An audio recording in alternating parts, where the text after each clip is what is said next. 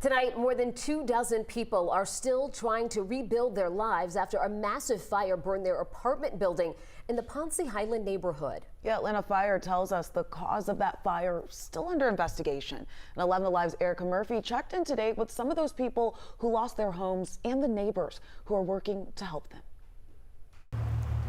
Since this historical building burned to the ground, leaving only rubble behind, the community has ramped up efforts to help the families who were displaced and forced to rebuild their lives. On the night of April 2nd, the lives of residents at the North Ridge High Apartments changed forever as the entire building burned to the ground, leaving only the facade. Today, their home is a huge pile of charred wood, broken glass, and scattered bricks. Former resident Chad Palmer lived in the building for 6 years and lost everything. Everything accumulated over the many years, and everything my son has ever known to be his. We've lost completely everything. Melissa Akins is raising money for her sister and her sister's boyfriend, but they may have lost something that just can't be replaced. The biggest stressor, I would imagine, is that their 2 cats have still not been found.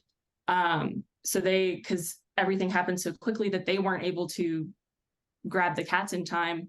There are several online fundraisers for individual fire victims and another that's being run by a caring neighbor who has lived in the area for almost 20 years. The night of the fire, many people gathered in her backyard to watch the flames in disbelief and shock. I just started pulling things out of my house and putting them in my front yard, just clothes, whatever I thought they might need immediately, bags, that sort of toiletries, just pulling them out of my house and putting them in the front yard. Mobley's GoFundMe has raised just over $28,000, but her goal is set at $100,000. But even with the money, the biggest hurdle is finding affordable housing, which is in short supply. Palmer says he is still trying to figure out what's next for his family. The community has really reached out and been a blessing. We're staying with some friends of my child in school. His parents have opened up their home for us. That was Erica Murphy reporting. Several families are, as you heard, in need tonight. So if you'd like to find out more about those fundraising efforts, we have a list inside the story on 11alive.com.